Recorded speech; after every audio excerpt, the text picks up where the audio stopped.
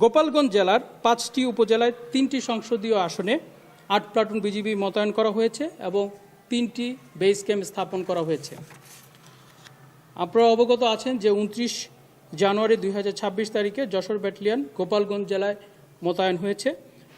মোতায়েনকৃত BGB সদস্যগণ Gopalganj জেলার সকল উপজেলায় ডোমিনেশন টহল, অস্থায়ী চেকপোস্টে নিয়মিত তল্লাশির মাধ্যমে জনগণের আস্থা বৃদ্ধিতে গুরুত্বপূর্ণ ভূমিকা পালন করছে।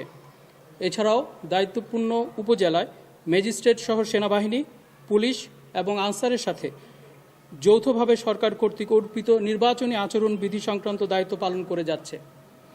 এর পাশাপাশি দায়িত্বপূর্ণ এলাকায় নিরাপত্তা ও সুষ্ঠু ভোটের পরিবেশ সৃষ্টির জন্য সেনাবাহিনী এবং পুলিশের সমন্বয়ে যৌথ রোবাস্ট টহল পরিচালনা করছে। উল্লেখ্য, যে কোনো পরিস্থিতিতে পর্যবেক্ষণ এবং সংরক্ষণের জন্য ড্রোন এবং বডিয়ন ক্যামেরা ব্যবহার করা হচ্ছে।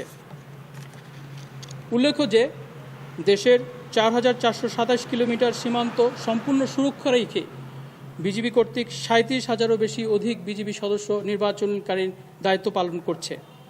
নির্বাচনকালীন যে কোনো জরুরি পরিস্থিতিতে বিজিবি র্যাপিড অ্যাকশন টিম এবং হেলিকপ্টার সহ কুইক রেসপন্স ফোর্সের মাধ্যমে দ্রুত যেন ঘটনাস্থলে পৌঁছতে পারে সে ব্যবস্থা রয়েছে। এর পাশাপাশি নিরাপত্তা ব্যবস্থাকে আরও জোরদার করতে বিশেষায়িত K9 ডগ স্কোয়াড মোতায়েন করা হয়েছে।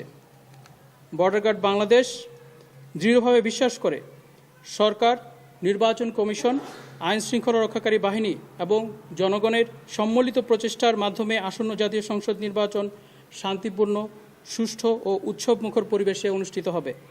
দেশের জনগণের আস্থা এবং বিশ্বাসকে সর্বোচ্চ গুরুত্ব দিয়ে বিজিবি সংবিধান এবং আইনের আলোকে তার দায়িত্ব পালন করবে।